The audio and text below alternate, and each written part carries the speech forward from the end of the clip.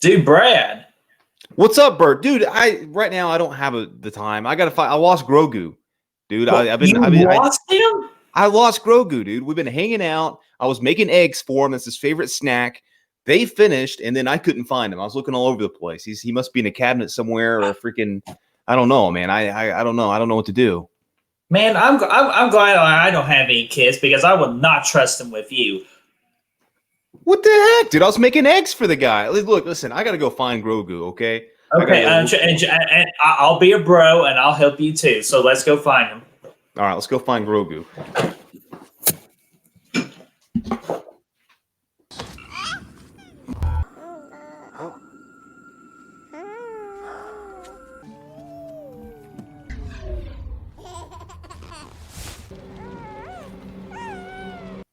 God dang, little freaking rascal. I can't find that son of a... anywhere. Damn hungry little bastard. What the hell? Any luck? No, dude, I can't find that hungry little bastard anywhere. Boy, Brad, what am I going to do with you? I don't know.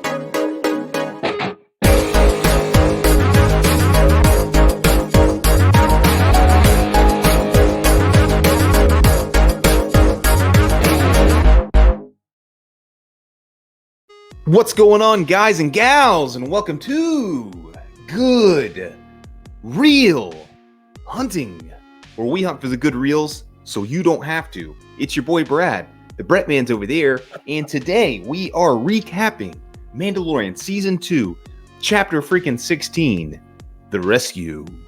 And what a freaking chapter it is to get into. First off, if you guys like Star Wars, be sure to subscribe. We're going to start Star Wars Saturdays starting January the 2nd. In the new year, it's going to be awesome. Every Saturday, new Star Wars episode.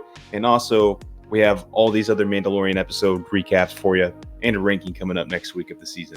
So, with that being said, we are jacked to get into freaking The Rescue, man. What do you think about this one, Bert? Oh, dude, like where should we even begin with this? Definitely one of the best finales I've ever seen, and easily the best episode. I know that's a little like spoiler for next week, but I can't help it, man. This episode was fantastic. Like, I had high expectations going in to this season finale, but they gave me so much more than what I wanted, and I could not have been more pleased as a Star Wars fan. I agree, man. I guess probably the best way to kind of tackle this thing, because this thing's a beast, okay? This thing has got so much going for it. Let's just kind of break through. Do my little spoiler alerts? Do the spoiler alert. Let's do that. All right. So, if you have not seen the season finale of The Mandalorian Season 2, Chapter 16, The Rescue, I warn you, please stop now. Go to Disney Plus, watch all the Mandalorians until you get to, after watching this episode, come right back to this channel, because this will be a heavy spoiler review or recap. You have been warned. Yes, please be aware of that. And with the way you just cleared your throat, I thought you were gonna do that whole thing in the Yoda voice, dude. Spoilers. But yeah, so let's just break this bad boy down, okay? This thing's got a lot going for it. So we'll start at the beginning. We'll save the best for last. So this one, obviously it starts off with the freaking Boba space chase up there. He's freaking chasing the the cool little ship from Return of the Jedi through space, and the Imperial transport. Yeah, exactly. Nice little scene there. They catch up. We get a freaking headshot from Cara Dune once they get on there, and he's holding a dude hostage, the doctor. They're trying to get the doctor or whatever so they can, find out information about Grogu and make sure he's still alive and get details. So the doctor's in this ship that they catch up to. One of the other guys is holding him hostage, freaking, and then Cara Dune, he's talking shit about Alderaan, which is where Cara Dune's from. And so she just eventually headshots the guy, which was a cool sequence, I thought. Yeah, and that guy also, too, what I really enjoyed, as he was trash talking, goes, "I was on the Death Star," and Cara goes, "Which one?"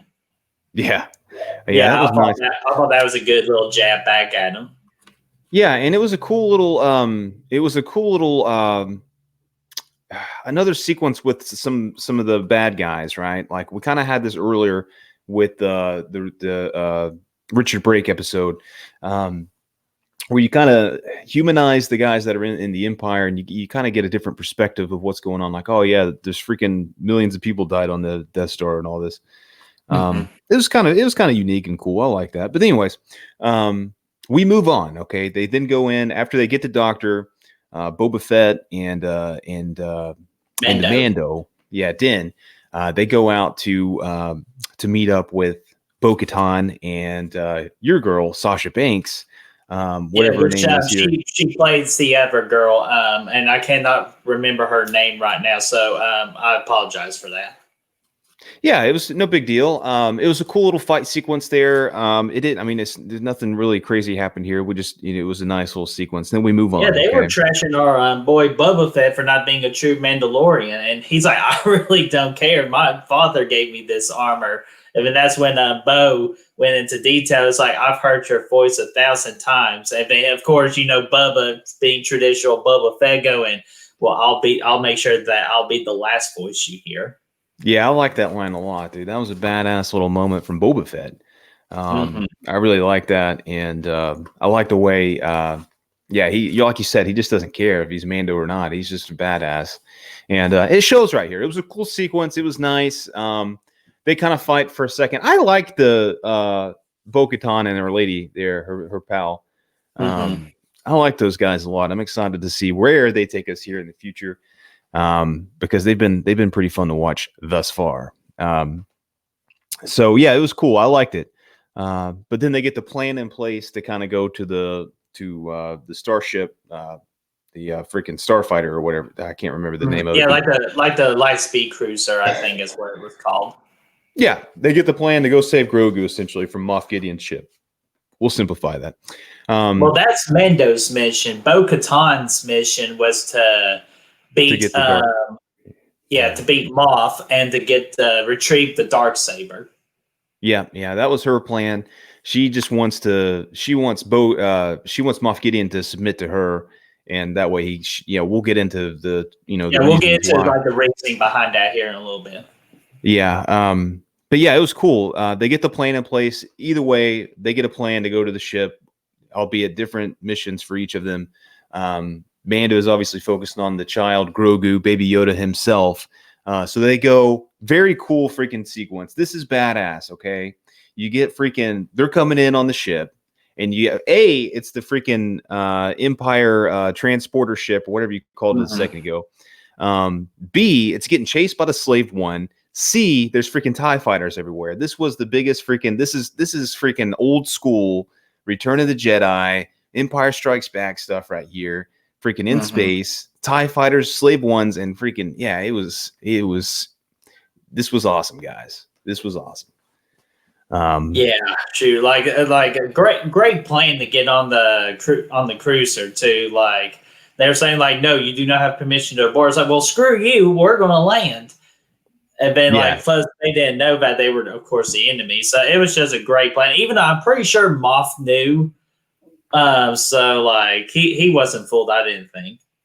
Yeah, and I would expect him to know after he got the message from Mando last week. But yeah, I mean, it was cool, though. They were posing. They should just disavow these transporter ships anyway, because they keep getting taken. And they keep being used for undercover ops. And at this point, I just think they should just cancel those, move on to a new design that only and take care of those designs so people don't steal them and use them against you. I think that would be a better plan. But either way, very cool. They bust in there. They bust out of the ship. They didn't have permission to land, but they landed anyway. They busted out, freaking fighting like Obi-Wan and Anakin did there in Episode 3 when they landed. Essentially, but with blasters. Yes, but with blasters. Just shooting the people. Stormtroopers are flying around everywhere. Good action stuff. And then, it just kind of, once they landed, there's a nice little segment where there's just a bunch of different little fights and stuff like that. And there was some good choreography in there, I thought, particularly with Bo-Katan and Sasha Banks, just freaking kicking some ass. And we're just going to call her Sasha Banks, so. Actually, you know what? The sniper girl, what's her name? Yes, that's right. She had a really nice fight, I think, with some baddies there. I thought she did really well there too. And You know, as at the Cara Dune, dude, when her freaking blaster got jammed and she's just freaking smashing it. Yeah, like and that fits like so perfectly well for her character too. And it's just like, and then of course when she got the blaster working, she just like all hell broke loose with her. Like she kicked major ass. Like I felt like, and I'll get to this. I'll, actually, I'll save this point later, like towards the end of the episode, of what I really loved about it. This particular episode. Okay, cool. Yeah, I liked overall this season I've liked Cara Dune more than I did last season. I think she's done a pretty good job, and she's she's kind of grown to be a pretty decent character in the franchise, I think. So that was cool. Obviously while the gals are out there kicking ass, Mando's out there. They're like a decoy, so Mando can go sneak around the ship looking for Grogu.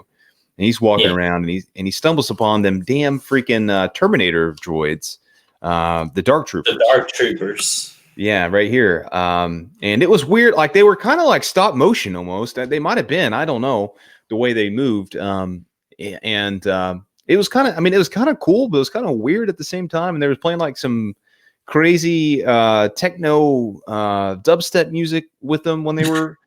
Every time they were on screen. But God, dude, this moment right here in the picture you popped up when he sets the guy on fire and he keeps coming, though, that was badass. These guys were freaking. Yeah, I was like, how the hell are you going to stop this thing? Exactly, dude. It was like it reminded me of the Terminator, dude, with the red eyes. They're freaking invincible. He's freaking beating the shit out of it, and he's like, no, I don't care. And this is just one of them. One of them makes his way out, which is a really cool moment when he's trying to close the doors and he's shooting him back, and one of them gets through. And then Mando beats him with the spear. He does, yeah. But then, like, there's 20 more of these dudes behind the doors, and they all get freaking blown out in space, which is cool. But you kind of have a feeling they're going to come back later, right? Like this. Yeah, because they're droids, so there's not like they don't need oxygen. Exactly.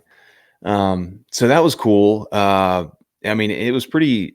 I liked it. I mean, it was weird, kind of, with the music and stuff, but they were badass. Those things were creepy, and it is a mix of the look of it. Yeah, dude, it looks like Terminator, acts like Iron Man. It's neither, but it's awesome. It's awesome stuff. But I like the Terminator troopers big time. Yeah, absolutely. So then after that, after Mando had that little complicated situation, he finally finds baby Grogu, but Grogu is not alone. He's not. Right before he finds Grogu, though, there's just one thing I want to point out. He's duking it out with some troopers out there, and he freaking chokes this guy, like freaking one of the stormtroopers. He freaking breaks his dang neck. I'm like, this is brutal stuff here. I love it. For freaking Star Wars on Disney Plus, freaking Star Wars. He's out here freaking breaking necks, and that was cool. But yeah, go ahead with Grogu. Yeah, so Grogu was not alone in the little the chamber where he was kept. Moff was there, and he has the Darksaber over Grogu's head, like, "Don't you try it." And then Mando's like, "Okay, we're good." He puts down the blaster, kicks it to him, and then Moff goes, "I'll let you have Grogu because I already got what I wanted. I just want his blood because he is a magnificent creature, and that." We just wanted his blood. And so I'll let you have him, but you have to leave. And Mando's like, yeah, okay, I'll do that. And then just as he was picking up Grogu, Moff, being, of course, the evil bastard that he is, attacks Mando from behind with the Darksaber. And we get this incredible fight between Mando and Moff with the Darksaber and with the Beskar spear. Great fight sequence, and Mando, this is probably his hardest fight yet of the whole series, but of course our boy Mando won, and oh yeah, anything you want to add on to that? Of course, dude. Oh, how badass was that, dude? When he comes out there, he attacks him from behind, and he's just, oh yeah, we learned earlier through dialogue that Beskar will stop the Darksaber. It's the only thing that'll stop it. Yes. It'll cut through any other. Point that out. Yeah, it'll cut through any other substance in America, not only America but the whole galaxy. the whole world, boom, he'll cut through it all. And then he hits him, and then he's freaking defending it with his arms. This is right after he fought the Terminator and won. But he's sitting there, he's duking it out, and then he pulls out the thing, and God, dude, that was better. The pole and the sword was better than any lightsaber battle, I think, from the freaking sequel trilogy. It was freaking badass. It was choreographed very well. It was awesome. Yeah, I really dug it. And just the way the freaking Beskar was like heating up, but it was like they were still duking it out.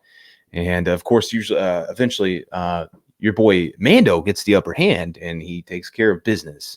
So that was cool. They take him in custody.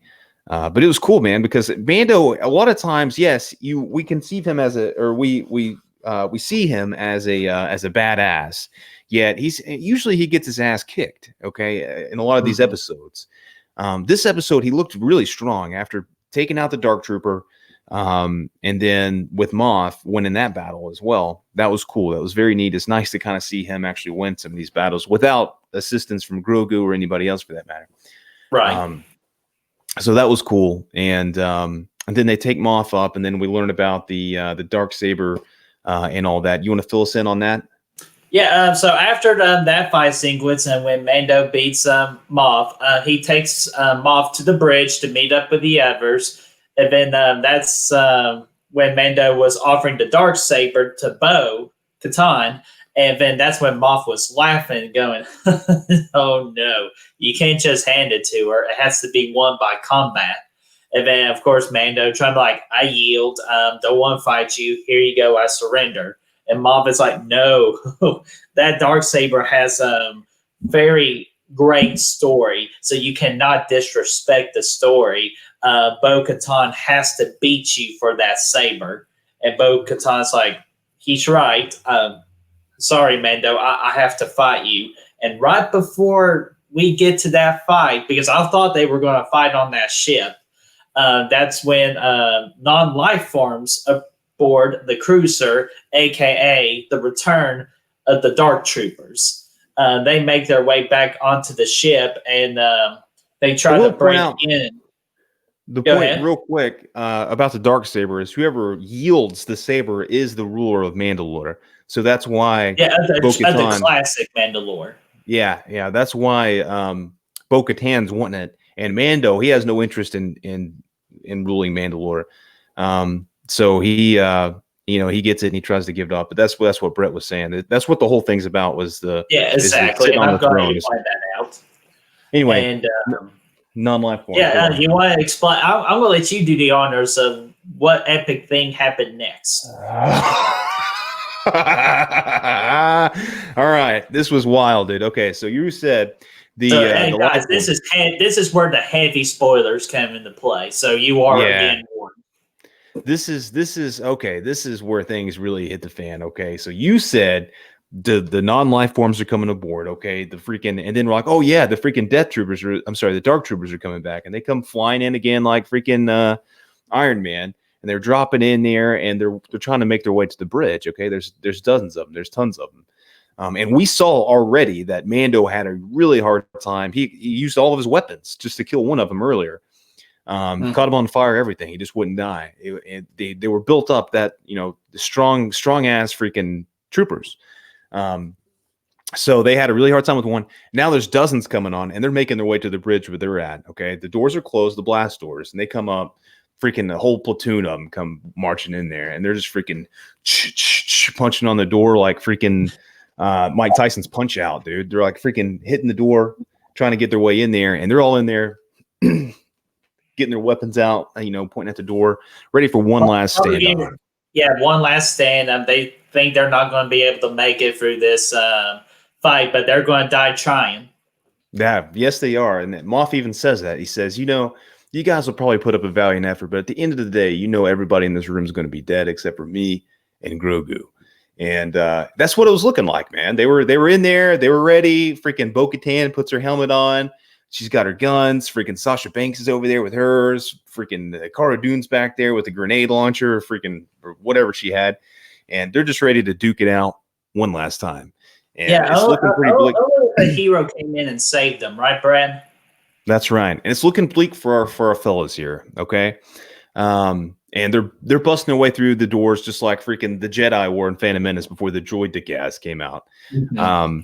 And it's the doors breaking down. No droid guys came into play here. Exactly.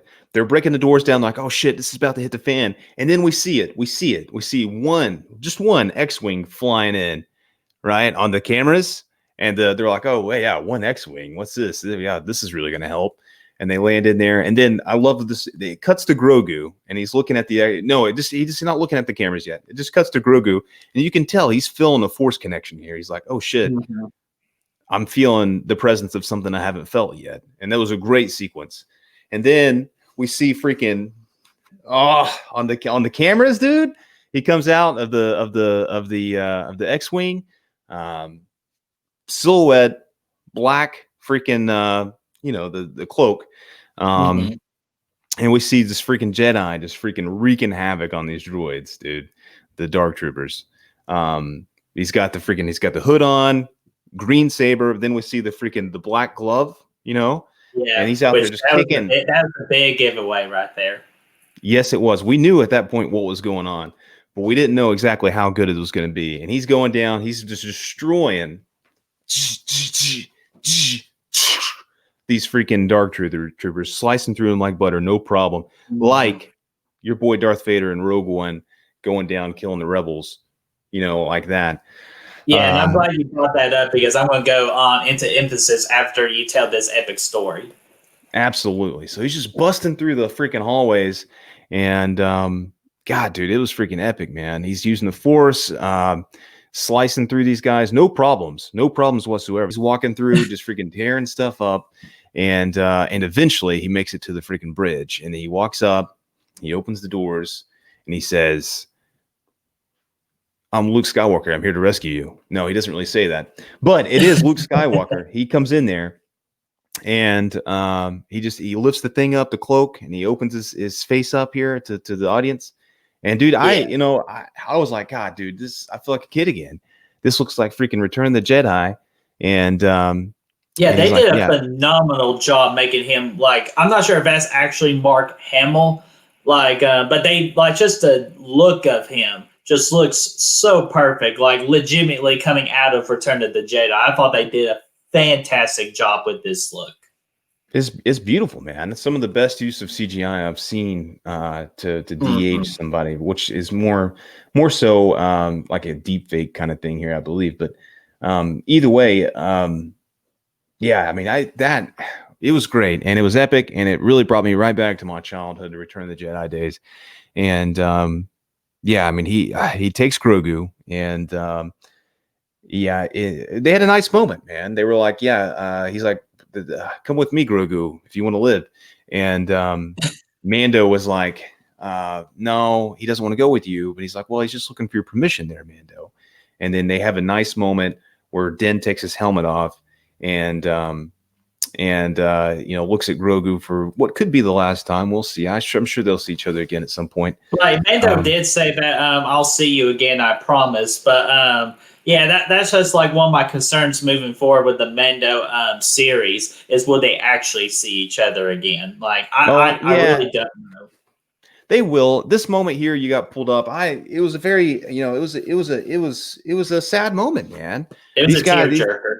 Yeah, like man, an Anakin Skywalker single tear from Revenge of the Sith. Yeah, dude. What I really don't like about it, though, is just the last freaking episode they took off Mando's helmet. I don't know why. They should have just waited and taken it off here for if not the first time. The first time of the season. This should have been the first time. Maybe you could have done the one in the finale from last season still as well, because that was fine. Just to kind of show his face for the first season, that would be fine. But I really wish they didn't take it off in the episode right before this. This would have been because they would have added more emotional impact into this scene too. Like because oh crap, he broke the one rule that he's not supposed to. Like exactly. I totally agree with you. That is an excellent idea. I wish they would have done that. And I mean, it's like freaking. He takes his helmet off. It's like Darth when he sees Luke in Return of the Jedi. He's like, let me take this mask off so I can see you with my own eyes. it's kind of the same moment here with Mando and Grogu, who's become his son for all intents and purposes. So it was nice. It was Return of the Jedi was written all over it. And but man, golly, let's just freaking talk about Luke for a minute, though. God dang, you go ahead. Tell me about before we talk about Luke. Do you want to introduce like what the other special cameo was? Well, I figured we could talk. I mean, the cameo. Oh yeah, R2, dude. Yeah, man, R2D2. Where are you, my friend? And that, to me, was one of the most exciting parts, is to see Luke and freaking R2 running around again for the first time since the sequel trilogy destroyed R2. He was worthless, but now he's back out there tearing up the streets. Him and Yoda, baby Yoda, I should say, are out there freaking buddies. Or man, Grogu, look at these. Yeah. I mean, it's just fantastic just to see R2D2 and Mando together. Luke together. Holy cow, man. Yeah, holy cow, is right. Like, even my TV just lost its mind just you talking about R2D2. It was an incredibly emotional moment. I mean, I was freaking tearing up just watching this. I was so excited. This was my childhood coming back, man. And this was the best thing that they've done with Star Wars since George Lucas has been around. And obviously he's helped with he's helped train Jon Favreau, so you can see that here. But anyway, go ahead and talk to us about Luke a little bit. Let's talk about Luke, because I'm telling you, that lightsaber scene, like where he's taking out the Dark Troopers, oh my gosh, that was so freaking incredible. I mean, like, I was nerding out hardcore. Like, I think I even woke my neighbors, because I watched this when it first, like, literally Eastern time, 3 a.m. I stood up to watch this finale because I was that excited. And just Luke just using the Force, the green lightsaber, the X-Wing, R2-D2, brought back all this nostalgia for me for the original Star Wars trilogy. Just made me felt young again. That's how great this scene was. And as Brad pointed out, for the Darth Vader scene in Rogue One, what Darth Vader did in Rogue One, they gave that same appreciation for Luke Skywalker in this episode. It's like the equivalent to that. And Luke Skywalker got his ultimate badass scene that we wanted to see from the Jedi Master of Luke Skywalker to do. And he finally did it in this episode. And I could not be more happy about what Luke Skywalker and how he was portrayed in this episode. I agree, man. We've been waiting our whole lives for Luke Skywalker to be a badass, dude. And we finally freaking saw it. Darth 2 in Rogue One. God dang, could you imagine those two? This Darth Vader, this Luke Skywalker going at it. I mean, god dang, man. Yeah, if they would have had that like little fight scene today versus back in Return of the Jedi. Yeah, that's not hard. That's like not hating on that fight, because I love that fight from the Return of the Jedi. But just imagine with how they present Darth Vader from Rogue One and how they present Luke Skywalker from the Mando episode. Dude, that fight would have been so epic. It's just so nice to see freaking how classic the original trilogy is, and Luke is the protagonist of that, becoming a Jedi here. It's because so Luke nice. Skywalker's the face of Star Wars. Exactly. And it's one of the many faces. It's so nice to finally see that pay off, and to see him being a badass Jedi Master that he is, up there with the greats, the Obi-Wans and the Anakins, and just freaking out there tearing it up, dude. And yeah, gosh almighty, dude, that was freaking, I just can't get over it. I can't get over it. I was so jacked. I watched it at 3 a.m. as well, and I was so jacked after that. I couldn't sleep. And then we were next to each other back and forth, like we couldn't go to sleep hardly. Like we were just that starstruck with how impactful this episode was for our Star Wars fandom. Yeah, dude, it was incredible, man. Just to see. Oh man, I could talk about it all day, but you know what? You want to move on? We literally could, but then that's when the credits hit after Grogu goes with Luke Skywalker and R2-D2, and we left Mando and Bo-Katan and all them on. Yeah, I actually want to bring that up real quick. I'm glad I said her. But during all that battle sequence, Moff was hiding a blaster underneath his cloak. and then he pulled it out and shot Bo-Katan in the helmet.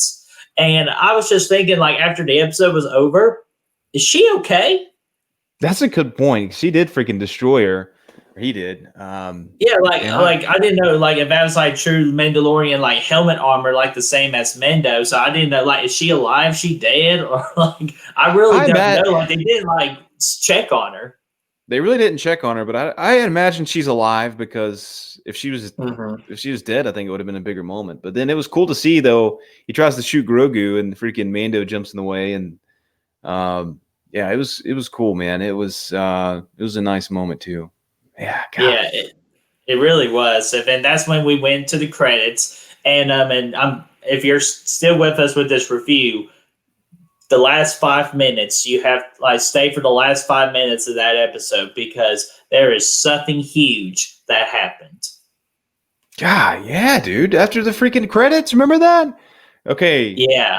They cut to the dude. What's his name from Return of the Jedi? The freaking guy with I can never think of it. Like the little like top henchman for Jabba the Hutt.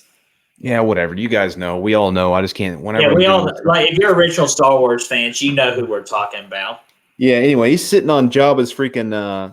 He's sitting on Jabba's damn pedestal there in his palace on Tatooine, and we just hear blasters going off. Everybody's getting shot up and stuff like all that. There's people getting shot via blaster coming down the stairs. Same shots from Return of the Jedi. Really, he's coming down the stairs, and then freaking Boba Fett and Rennick show up. Finnick. Sorry. All these names, man. I'm not good with names. Anyway, they show up. Boba gets his revenge at the kills the dude. The Hutt Palace. The Hutt Palace, yes. Kills the dude, takes his freaking seat on the throne of the pedestal where Jabba once sat. Boom. And then it says with Finnick right there as well. And it just says freaking Book of Boba Fett, December 2021. And I'm like, okay, this is now we're freaking talking, dude. Now we're talking.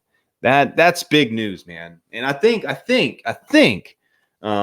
going to be the Boba Fett show. I heard something about it at some point. I don't know. Yeah, it's as of this recording, because I saw an article on Facebook that it will be a spinoff. Okay, cool. So this is going to be the Boba show, and it's going to be here on freaking Tatooine. Are you kidding me? He's going to be out there with the Sarlacc again. I know. He doesn't do very well with Sarlacc, man. Yeah. So, but yeah, that kind of leads me to a question about the release date for the Boba Fett spinoff series. Yeah. Like the new Mando season is supposed to be out in December as well. Yeah, I wonder what they're going to do with that. If they're going to do, is Mando coming out in December, or is it coming out in November again? No, from what I understood, it was supposed to be in supposed to be out on December. Okay. Could they change that as they're going up to it? Absolutely, they could. I honestly, I'll have to do a little digging on it and see what the plan is, because they could go. It could be its own thing, or it could be kind of an off season maybe for Mandalorian, where this time we follow Boba, and because he's still got the Mandalorian stuff going on, but I don't know. Maybe it could be, like a breather for Din and Luke and Yoda, or Grogu, sorry. And then we kind of follow Boba Fett for season. I don't know.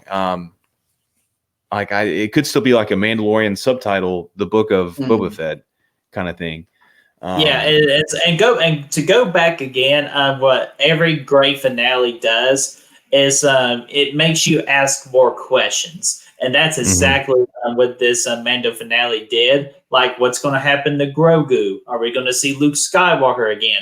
Hell, what is Mando going to do now? Like, he has completed his mission of returning the child to a Jedi. So what storyline are they going to do with him now? Well, let's talk about it a little bit. What do you think is going to happen here? See, I don't know, because he can't really go back to he could go back to bounty hunting, and we can follow him on his bounty hunting adventures. But without Grogu around, I feel like some of the younger fans are not going to have as much interest in a new season with Mando without Grogu. That's valid. Which honestly, I don't mind. Like, I don't watch the show for Grogu. I should watch the show for Mando, because Mando's such a badass. So I'm looking forward to the future. I'm really excited. I cannot wait to see the first teaser they come out with next year. Yeah, I think. Yeah, I think that's very possible. I think. Um, yeah, man. There's a few different directions they could go. I mean, obviously we're going to see Grogu some more. Okay, they're not going to disavow. They're not going to get rid of Grogu entirely.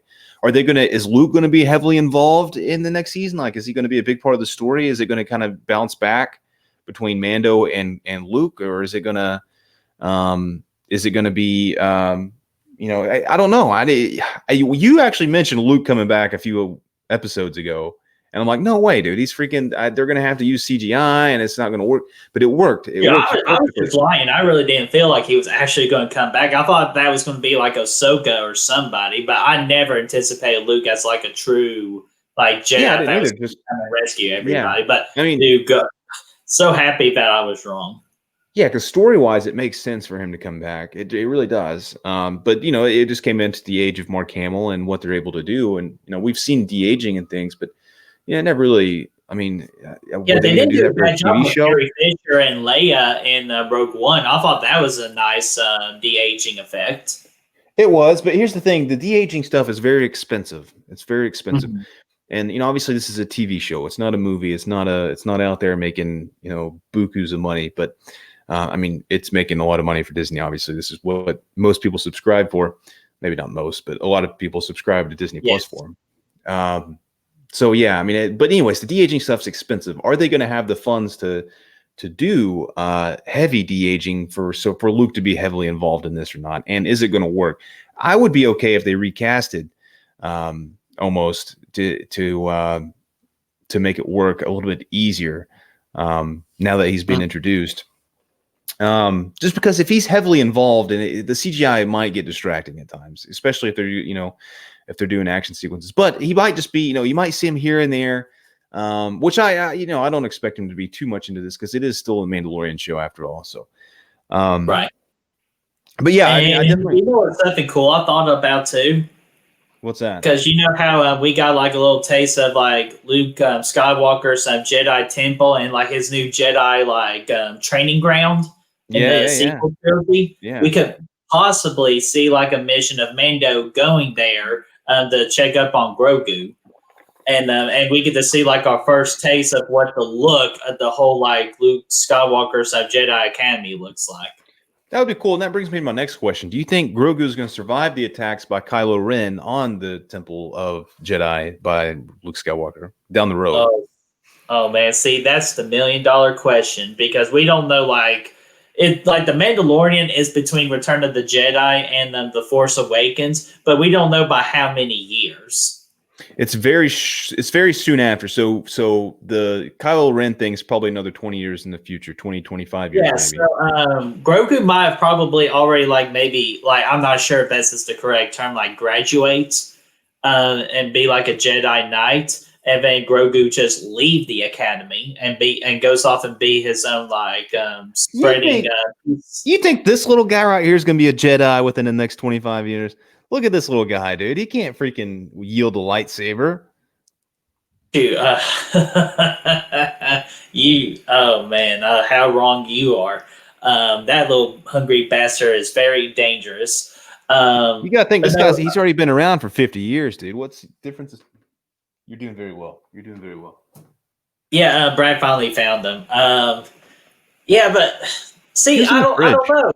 There's so many possibilities of what you can do from here on out with the Mandalorian or just the story of Star Wars after this season finale. So I'm just excited as a fan just to see what they come up with next.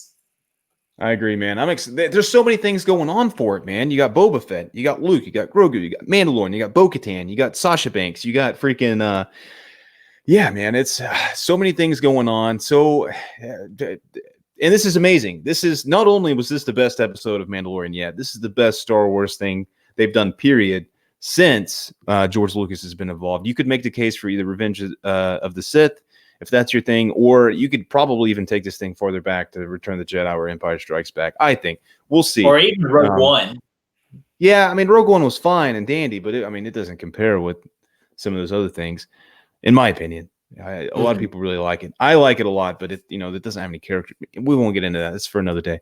Yeah, that'll be for a Star Wars Saturday special. Yeah, but yeah, man, I think it's awesome. The first season of Mandalorian, okay, I was like, okay, this is cool. I like it. I'm having a really good time with it. Did I consider it the best thing they've done since freaking sliced bread? No. But this season, after the first 2 episodes, and every freaking episode freaking builds up from the last one, and it just freaking and then this epic freaking finale with when this thing started with Mandalore, the Mando guy, Din. Running around the freaking desert in Tatooine. I never expected in a million years we'd be seeing freaking Luke and R2-D2 a part of this. And then they show up or Boba Fett, exactly. Or Boba Fett, because I thought he was dead AF. But yeah, I mean, I'm blown away so far. The first 2 seasons are phenomenal. They got all the potential in the world. Jon Favreau is the man.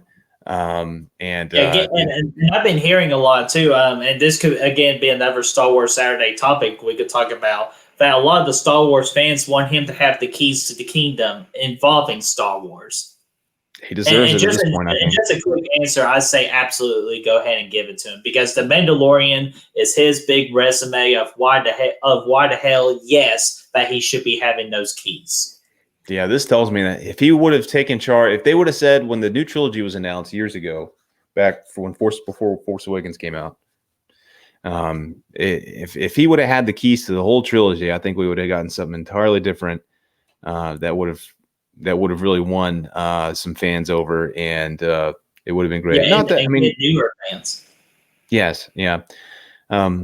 Yeah, I think that would have been epic. But anyway, I mean, we could go on all freaking day about this thing, man. But at some point, we got to wrap it up.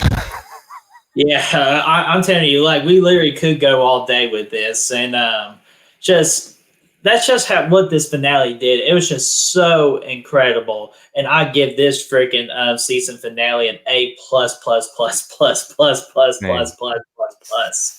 Yeah, this season in general, man, I was jacked. We should see me watching this thing last night. I was freaking laughing and hysteria over here, dude. When freaking Luke was slicing through, I was over there just freaking crying and laughing at the same time. I was like, this is the greatest thing I've ever seen. Yeah, and I was like, right here, like just getting up on my chair, going, yes, let's go. Like I was getting so pumped up. Again, I think I woke my neighbors, but I really didn't care because they would have understood that Star Wars is life. But yeah, I looked like Matthew McConaughey in Interstellar when he's watching the videos from his family, and he's just like, oh yeah, it was, yeah. Anyway, yeah, I mean, it was awesome. We're gonna talk more about Mando, ladies and gents, on Star Wars Saturday, so be sure to tune in for that stuff. We're gonna have plenty of episodes down the road. It's really the hottest thing in Star Wars right now to talk about, so it's gonna be good times. Yeah, so definitely stay tuned for that. Again, it is going to be on January the 2nd of 2021. We will love for you just to come out and watch our videos. We will be going live at times, but we will make an announcement on our social media accounts on when those live dates will be. And again, we will be honored if you joined us. Yes, we would. So let's go ahead and close this out. What did you all think about this season finale of Mandalorian Season 2, Chapter 16, The Rescue? Did you geek out, nerd out like we did? Or are you on the opposite side where you just didn't do much for you? Just please let us know in that comment section down below, and let's just get this discussion rolling. Right you are. And if you want to help us find the good reels, you can do so by finding us on Facebook, Instagram, Letterboxd, Twitter, Spotify, and Apple Podcasts for the long episodes. Absolutely. And be sure to like this video, subscribe to our channel because we are on that quest to 100 subs. And of course, ring that bell, ding, ding, ding, so you know when the next episode is up and when our live announcements will be for the live stream episodes for Star Wars Saturdays. Right you are. We will see you guys very soon. Very soon. And we'll easily see you for when we start the Mandalorian Season 3 reviews and recaps. So we will see you later. Peace out, you will. Basilian Spear. Beskar. Yeah, Beskar. Damn it, I keep on getting that wrong. Sorry to fill in on what? Where they take Moff up there, and sorry about that. this is a cake factory for him. This is a cake walk for him.